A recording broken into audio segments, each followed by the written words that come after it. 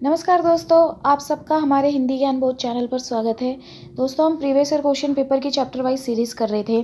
तो आज के वीडियो लेक्चर में हम आदिकाल से संबंधित प्रीवियस ईयर क्वेश्चन पेपर को पढ़ेंगे और आप देखेंगे किस तरह से आदिकाल भाग में 2004 से लेकर 2019 तक किस तरह के प्रश्न पूछे जाते हैं। आप वीडियो को पॉज करके इनका उत्तर भी लगा सकते हैं। मैंने इनका उत्तर नहीं दिया हुआ है और इस वीडियो से पहले भी हमने काफ़ी विषयों पर चैप्टर वाइज सीरीज़ को पढ़ा है। अगर आपने वीडियो नहीं देखा है तो देख सकते हैं, मैंने उसकी अलग से प्लेलिस्ट बना दी है। तो आज के वीडियो लेक्चर का चलिए पहला प्रश्न करते हैं। कीर्तिलता किस भाषा की रचना है? दिसंबर 2004 का प्रश्न है। ये 4 विकल्प दिए हैं, आप इन 4 विकल्प को खुद से पढ़ लीजिएगा। मैं इनको नहीं पढ़ूंगी क्योंकि वीडियो बहुत लंबा हो जाएगा और साथ में बोरिंग भी लगेगा। तो आप इन सारे प्रश्नों के उत्तर आप खुद से लगाइएगा। तो चलिए प्रश्न करते हैं। कीर्तिलता किस भाषा की रचना है? तो इसका सही उत्तर क्या होगा? तो वो है अवहट। अगला प्रश्न, आदिकाल में किस कवि ने अवहट भाषा में रचना की? दिसंबर 2004 का प्रश्न है। तो ये 4 विकल्प दिए हैं, तो इसका सही उत्तर हो जाएगा बी। अगला प्रश्न करते हैं। आल्हा किस ऋतु में गाया जाता है? दिसंबर 2005 का प्रश्न है। तो किस ऋतु में गाया जाता है? तो वो है वर्षा ऋतु। अगला प्रश्न, बीसल देव रासों के रचयिता कौन है? दिसंबर 2005 का प्रश्न है। तो उत्तर सही हो जाएगा नरपति नाल्ह। अगला प्रश्न, पुष्टि मार्ग का आधार ग्रंथ कौन सा है? जून 2006 का प्रश्न है। तो इसका सही उत्तर हो जाएगा श्रीमद् भागवत। अगला प्रश्न, हिंदी साहित्य के आदिकाल का अभिनव जयदेव किसे कहा जाता है? जून 2006 का प्रश्न है। तो किसे कहा जाता है? तो ये विद्यापति को। अगला प्रश्न, आल्हा खंड का रचयिता कौन है? दिसंबर 2006 का प्रश्न है। तो इसका सही उत्तर हो जाएगा बी, जगनीक। अगला प्रश्न, किन रचनाकारों की भाषा को सांध्य भाषा कहा जाता है? जून 2007 का प्रश्न है। तो इसका सही उत्तर हो जाएगा इन 4 विकल्प में बौद्ध सिद्ध। अगला प्रश्न, अपभ्रंश के प्रथम महाकवि कौन थे? दिसंबर 2007 का प्रश्न है। तो इन चारों विकल्प में सही उत्तर हो जाएगा अपभ्रंश के प्रथम महाकवि हैं स्वयंभू। अगला प्रश्न, हिंदी का प्रथम महाकाव्य कौन सा है? दिसंबर 2007 का प्रश्न है। इनमें से कौन सा प्रथम महाकाव्य है? तो वो पृथ्वीराज रासो। 11वां प्रश्न, आल्हा खंड किसने लिखा? दिसंबर 2007 का प्रश्न है। तो ये किसने लिखा? जगनीक ने। अगला प्रश्न, आदिकालीन साहित्य में वीर रस की रचनाओं में किस भाषा का प्रयोग किया गया? जून 2008 का प्रश्न है। तो किस भाषा का प्रयोग किया गया? तो वो है डिंगल। अगला प्रश्न, खलिक बारी किसकी रचना है? दिसंबर 2009 का प्रश्न है। तो ये किसकी रचना है? ये है अमीर खुसरो की। अगला प्रश्न, राउल वेल किसकी रचना है? दिसंबर 2010 का प्रश्न है। तो किसकी है ये? रोड़ा कवि। अगला प्रश्न, रासो शब्द की उत्पत्ति रसायन से किसने मानी है? जून 2011 का प्रश्न है। तो किसने मानी है? तो ये मानी है रामचंद्र शुक्ल ने। अगला प्रश्न, राहुल साकृत्यायन ने हिंदी का प्रथम कवि किसे माना? दिसंबर 2011 का प्रश्न है। तो किसे माना? सरहपात को। अगला प्रश्न, पाउम चरऊ किसकी रचना है? जून 2012 का प्रश्न है। तो किसकी है? ये किसकी है? स्वयंभू की। अगला प्रश्न, सरहपा का संबंध निम्न में से किससे है? दिसंबर 2012 का प्रश्न है। तो किससे है? तो वो सिद्ध साहित्य से। अगला प्रश्न, पुष्पदंत किस शताब्दी के कवि थे? जून 2012 का प्रश्न है। किस शताब्दी के थे? तो वो 10वीं शताब्दी। अगला प्रश्न, दोहा कोश किसकी रचना है? जून 2012 का है प्रश्न। तो किसकी है ये? सरहपा की। अगला प्रश्न, परमात्मा प्रकाश के रचनाकार कौन है? दिसंबर 2012 का प्रश्न है। तो कौन है इनमें से? योगेंद्र। अगला प्रश्न, गोरखबानी के संपादक हैं? दिसंबर 2012 में ये प्रश्न पूछा गया। कौन है इनमें से? तो वो है पीताम्बर दत्त बर्थवाल। अगला प्रश्न, किस रचना का दूसरा नाम आह्लाखंड है? दिसंबर 2012 का प्रश्न है। तो किसका है? तो वो है परिमाल रासो। दोस्तों, अगर आप हमारे टेलीग्राम चैनल को ज्वाइन करना चाहते हैं तो मैंने डिस्क्रिप्शन में उसका लिंक दे रखा है, आप क्लिक होकर डायरेक्ट ज्वाइन हो सकते हैं। मैं वहाँ स्टडी मटेरियल उपलब्ध कराती हूँ। तो चलिए अगला प्रश्न करते हैं। जगनीक की रचना कही जाती है? जून 2013 का प्रश्न है। जगनीक की रचना किसे कही जाती है? तो वो परमाल रासो। अगला प्रश्न, उक्ति व्यक्ति प्रकरण के लेखक कौन है? दिसंबर 2013 का प्रश्न है। कौन है इनमें से? तो वो है दामोदर शर्मा। अगला प्रश्न, हिंदी काव्यधारा के संपादक, यहाँ पे सितंबर आ गया, दिसंबर का प्रश्न है ये।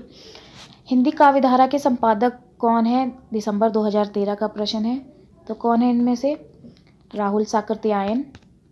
अगला प्रश्न, कुवलयामाला कथा के रचनाकार कौन है? दिसंबर 2013 का प्रश्न है। तो कौन है इनमें से? उद्योतन सूरी। अगला प्रश्न है, खुसरो की रचना खलिक बारी वस्तुतः है? दिसंबर 2013 का प्रश्न है। तो खुसरो की रचना खलिक बारी इनमें से वस्तुतः, तो इसका सही उत्तर हो जाएगा मुक्केरियों का संकलन। या कह मुक्केरी नहीं आएगा, मुक्केरियों का संकलन आएगा। अगला प्रश्न, किस समीक्षक ने विद्यापति की पदावलियों को जीव और परमात्मा के संबंध का रूपक माना? दिसंबर 2013 का प्रश्न है। तो किसको माना? तो ये आनंद कुमार स्वामी को। अगला प्रश्न, रणमल छंद नामक काव्य किसने रचा? दिसंबर 2013 का प्रश्न है। तो किसने रचा? ये श्रीधर ने। अगला प्रश्न, जयदेव से प्रभावित विद्यापति की कौन सी रचना है? दिसंबर 2013 का प्रश्न है। तो कौन सी है जयदेव से प्रभावित? तो वो है पदावली। अगला प्रश्न, कुवलयामाला कथा के रचनाकार कौन है? जून 2014 का प्रश्न है। तो कौन है? तो वो है उद्योतन सूरी। अगला प्रश्न, बीसल देव रासो के रचनाकार? जून 2014 का प्रश्न है। तो कौन है इनमें से? तो वो है नरपतिनाल है। अगला प्रश्न, अधमाण की रचना कौन सी है? जून 2014 का प्रश्न है। तो वो है संदेश राशक। अगला प्रश्न, उक्ति व्यक्ति प्रकरण ग्रंथ का विषय है? जून 2014 का प्रश्न है। तो क्या विषय है ये व्याकरण है। अगला प्रश्न, 8वीं शताब्दी के कवि नहीं हैं? जून 2014 का प्रश्न है। तो इनमें कौन नहीं है 8वीं शताब्दी के? तो वो हैं हेमचंद्र जी। अगला प्रश्न, मैथिली का प्राचीनतम उपलब्ध ग्रंथ? जून 2014 का। तो इनमें कौन सा है मैथिली का? तो वो है वर्ण रत्नाकर। अगला प्रश्न, बौद्ध ज्ञान और दोहा का संपादन किसने किया? जून 2014 का प्रश्न है। तो किसने किया? हरप्रसाद शास्त्री ने। अगला, दोहा या दूहा किस भाषा का लोकप्रिय छंद रहा? जून 2014 का प्रश्न है। तो किसका रहा? तो वो रहा अपभ्रंश का। अगला प्रश्न, पुष्पदंत की प्रबंध रचना है? दिसंबर 2014 का प्रश्न है। रण कुमार चरऊ। अगला प्रश्न, महापंडित राहुल साकृत्यायन ने इनमें से किस कवि को हिंदी का पहला कवि माना है? जून 2015 का प्रश्न है। तो किसे माना है? सरहपात को माना है। अगला प्रश्न, कबीर की अपेक्षा खुसरो का ध्यान बोलचाल की भाषा की ओर अधिक था, किसका कथन है? जून 2015 का प्रश्न है। तो ये किसका कथन था? ये रामचंद्र शुक्ल जी का कथन था। अगला प्रश्न, दोहा दूहा मूलतः किस भाषा का छंद है? दिसंबर 2015 का प्रश्न है। तो ये किसका छंद है? ये है अपभ्रंश का छंद है। अगला प्रश्न, आध्यात्मिक रंग के चश्मे आजकल बहुत सस्ते हो गए हैं, आचार्य शुक्ल जी का यह कथन निम्नलिखित में से किस कवि के संबंध में है? तो जून 2015 का प्रश्न है। ये किस कवि के संबंध में है? तो ये है विद्यापति के संबंध में। अगला प्रश्न, मैथिली हिंदी में रचित गद्य की पहली पुस्तक कौन सी है? जून 2015 का प्रश्न है। तो कौन सी है मैथिली हिंदी में? तो वो है वर्ण रत्नाकर। अगला प्रश्न, राजमती इनमें से किस काव्य कृति की नायिका है? जून 2015 का प्रश्न है। तो किसकी नायिका है वो? बीसल देव रासो। अगला प्रश्न, किस रासो काव्य की कथा का वर्णन शुक और शुकी के द्वारा किया गया? दिसंबर 2015 का प्रश्न है। तो इसमें सही उत्तर हो जाएगा पृथ्वीराज रासो। अगला प्रश्न, हजारी प्रसाद द्विवेदी के अनुसार घता शब्द का व्यवहार मूलतः किस अर्थ में होता रहा है? दिसंबर 2015 का प्रश्न है। तो इसका सही उत्तर हो जाएगा छेदन के अर्थ में। अगला प्रश्न, संत मत के अलावा शब्द का प्रचलन और किस पंथ में हुआ था? दिसंबर 2015 का प्रश्न है। तो किस में हुआ था? तो ये नाथ पंथ में। अगला प्रश्न, आचार्य रामचंद्र शुक्ल के अनुसार किस आचार्य ने अपभ्रंश को लोक भाषा न कहकर देश भाषा कहा? दिसंबर 2016 का प्रश्न है। तो किसने कहा? ये कहा भरत मुनि ने। अगला प्रश्न, सांध्या भाषा से अभिप्राय है? दिसंबर 2016 का प्रश्न है। तो क्या अभिप्राय है? ऊपर से लोक विरोधी अर्थ देने वाली किंतु साधना के विशुद्ध अर्थ को स्पष्ट करने वाली भाषा। सांध्य भाषा का अर्थ ये है सी। नाथ साहित्य की कमजोरी नहीं है? दिसंबर 2016 का प्रश्न है। तो इसमें सही उत्तर क्या हो जाएगा इन चारों विकल्प में? तो वो आ जाएगा इंद्रिय ग्रह। अगला प्रश्न, राम कथा में व्याप्त अति प्रकृत तत्वों के प्रति संशयग्रस्त होकर किस कवि ने ब्राह्मणी राम कथा की प्रतिक्रिया में नई राम कथा गढ़ ली? दिसंबर 2016 का प्रश्न है। तो किसने की थी ये? तो ये पुष्पदंत ने। अगला प्रश्न, ईशा की किस शताब्दी में अपभ्रंश का व्यवहार लोक भाषा के अर्थ में होने लगा? जून 2017 का प्रश्न है। तो किस में होने लगा ये? तो ये है 6ठी शताब्दी में। अगला प्रश्न, पुरुष परीक्षा किस कवि की रचना है? जून 2017 का प्रश्न है। तो किसकी है ये?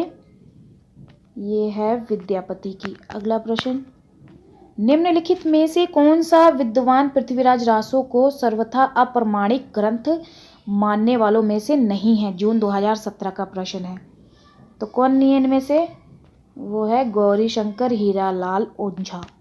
अगला प्रश्न, आदिकालीन काव्य ग्रंथों में कथा कहने की परंपरा को लक्ष्य करके पृथ्वीराज रासो के संदर्भ में किस आलोचक ने लिखा है? नवंबर 2017 का प्रश्न है। कथा की परीक्षा इतिहास की दृष्टि से नहीं काव्य की दृष्टि से होनी चाहिए। पुरानी कथाएं काव्य ही अधिक है, इतिहास वो एकदम नहीं है। तो किसका है ये? तो ये है हजारी प्रसाद द्विवेदी। अगला प्रश्न, आचार्य हजारी प्रसाद द्विवेदी के अनुसार 14वीं-15वीं शताब्दी में हिंदुओं, मुसलमानों, सामंतों, शहरों, सेना के सिपाहियों और लड़ाइयों का जीवंत और यथार्थ वर्णन किस कृति में हुआ है? नवंबर 2017 का प्रश्न है। तो किस कृति में हुआ है? तो ये है कीर्तिलता में हुआ है। अगला प्रश्न, सिद्धों में प्रचलित महामुद्रा शब्द का अर्थ क्या है? नवंबर 2017 का प्रश्न है। तो क्या अर्थ है इसका? सिद्धि प्राप्त हेतु स्त्री संसर्ग। अगला प्रश्न, सिद्ध साहित्य के अंतर्गत 84 सिद्धों की वह साहित्यिक रचना आती है जो इनमें से ये 4 विकल्प दिए हैं। जून 2018 का प्रश्न है। तो इसका सही उत्तर हो जाएगा जो तत्कालीन लोक भाषा हिंदी में लिखी गई हैं, ये डीप। अगला प्रश्न, सिद्धों और योगियों की रचना का जीवन की स्वाभाविक अनुभूतियों और दशाओं से कोई संबंध नहीं है, अतः वे शुद्ध साहित्य के अंतर्गत नहीं आती हैं। विचार किसका है? तो ये विचार किसका है? ये विचार है ये विचार है रामचंद्र शुक्ल का। अगला प्रश्न करते हैं। अपभ्रंश के जो नमूने हमें पदों में मिलते हैं वे उस काव्य के हैं जो अपने पुरानेपन के कारण बोलने की भाषा से कुछ अलग बहुत दिनों तक आदिकाल के अंत क्या उसके पीछे तक पोथियों में चलती रही। उपयुक्त कथन किसका है? जून 2019 का। तो ये कथन किसका है? ये है रामचंद्र शुक्ल का। अगला प्रश्न करते हैं। कुमारपाल प्रतिबोध के रचनाकार कौन है? जून 2013 का प्रश्न है। तो कौन है इनमें से? तो वो है सोमप्रभ सूरी। अगला प्रश्न। सिद्ध हेमचंद्र शब्दानुशासन किस तरह का ग्रंथ है? दिसंबर 2019 का प्रश्न है। तो किस तरह का ग्रंथ है ये व्याकरण संबंधी ग्रंथ है। अगला प्रश्न। चलो ये तो ख़त्म हो गया। तो ये था आज का वीडियो लेक्चर। उम्मीद करती हूँ आप सभी को पसंद आया होगा और वीडियो को एक लाइक कर दें और अपने फ्रेंड्स सबके साथ शेयर कर दें। हमारे चैनल को सब्सक्राइब करें। तो चलिए फिर मिलते हैं एक नए टॉपिक में एक नए वीडियो के साथ। धन्यवाद।